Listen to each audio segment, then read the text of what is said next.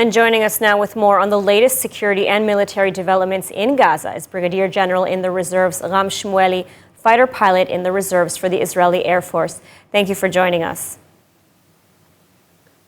Hi. So on the southern front, the IDF and political leaders have been saying for several days that the IDF offensive into Gaza is imminent.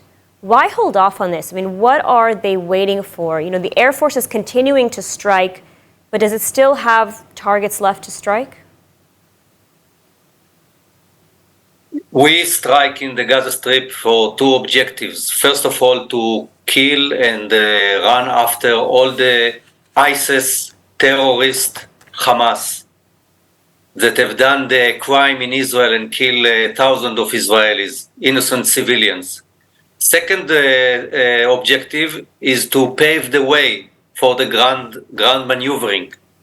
And we are going to start the ground maneuvering in the time and place that will be the best for us. And the objective of the war is very clear. There will be no terrorist threat on our civilians anymore in the southern arena. And secondly, there will not be Hamas control in Gaza Strip. This have to be planned ahead of time, and the Air Force is working in different fronts, mostly in Gaza Strip, but as you heard about it, we put some effort in the northern front, and we suggest the northern front, the Hezbollah and their supporters, not make the mistakes once again, because this time we will not have time to run after this rocket or another. This time it will be very, very painful. So don't check our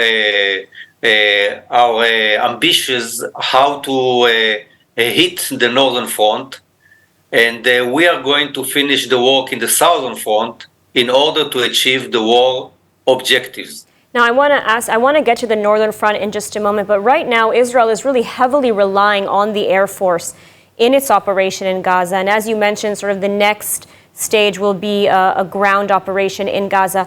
What will the role of the Air Force be should the ground invasion begin? I have 4 children in the war, and 2 of them in the southern front. And of course, if you want to win a war, you have to have boots on the ground. And the Air Force is there to help the ground forces to make the maneuver and to achieve the targets. As I remember, as a pilot, as a fighter pilot, there is a battalion that are getting inside a very tense situation, and we give them reconnaissance, we give them fire, and sometimes we give them some helicopters to take the wounded and people that were hit.